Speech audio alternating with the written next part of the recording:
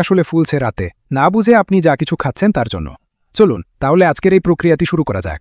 প্রথমে 3 চামচ ওটস নিয়ে 10 মিনিটের জন্য ভিজিয়ে রাখুন, যাতে সেগুলো বেশ নরম হয়ে যায়। ওটস পেট অনেকক্ষণ ভরা রাখতে দারুণ কাজ করে এবং রাতে দেরিতে খিদে পাওয়ার প্রবণতাকেও আটকায়। এর সাথে এক ফালি তাজা পেঁপে নিয়ে নিন। এই ফলটি রাতে হজমের জন্য দারুণ। এটি শরীরকে খাবার ভালোভাবে প্রসেস করতে সাহায্য করে এবং ঘুমানোর আগে পেট ভার হওয়া আটকায়। এটি ছোট ছোট টুকরো করে ব্লেন্ডারে দিয়ে দিন।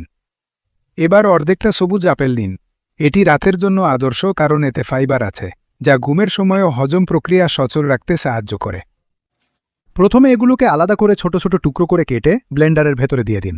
এরপর এক ফালি তাজা আনারস নিয়ে নিন। এই ফলটি শরীরকে বেশ রিফ্রেশিং রাখে এবং পেটের ফাঁপা ভাব কমাতে দারুণভাবে সাহায্য করে। এবার আনারসটি কেটে ব্লেন্ডারের ভেতরে দিয়ে দিন। সবশেষে এর সাথে একটি তাজা কলা যোগ করে নিন। কলা স্মুদিটাকে বেশ ঘন করে তোলে, যা খিদে মেটাতে দারুণভাবে সাহায্য করে এবং রাতের এই পানীয়টিকে আরও পুষ্টিকর ও স্বাস্থ্যকর করে তোলে। এবার এর সাথে যোগ করার জন্য 2 তাজা লেবু নিয়ে নিন।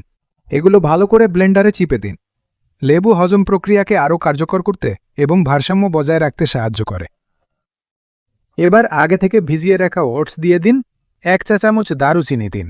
দারুচিনি মেটাবলিজম বাড়াতে সাহায্য করে আর এই মিশ্রণে দারুণ স্বাদ আনে। 1 গ্লাস আমন্ড মিল্ক দিন। এটি হালকা, সহজে হজম হয় আর ঘুমানোর আগে পেট ভার না করে খাওয়ার জন্য একদম পারফেক্ট। এবার 1 মিনিট সব ব্লেন্ড করুন। আর এটা মেশার ফাঁকে একটা কথা বলে নিই, আমাদের ভিডিও সবসময় সবার পৌঁছায় না, কিন্তু আপনি যখন কমেন্ট, লাইক আর শেয়ার করেন তখন এই তথ্যগুলো আরও অনেক মানুষের কাছে পৌঁছাতে সাহায্য করে যাদের এটা দরকার। এই স্মুদিটা আপনি রাতের খাবারের বদলে খেতে পারে। এটি আপনার পেটকে হালকা রাখতে, পেটের ফোলা ভাব দ্রুত কমাতে, রাতের বেলা হজম প্রক্রিয়াকে উন্নত করতে এবং আপনাকে শান্তিতে ঘুমাতে বিশেষভাবে সাহায্য করবে।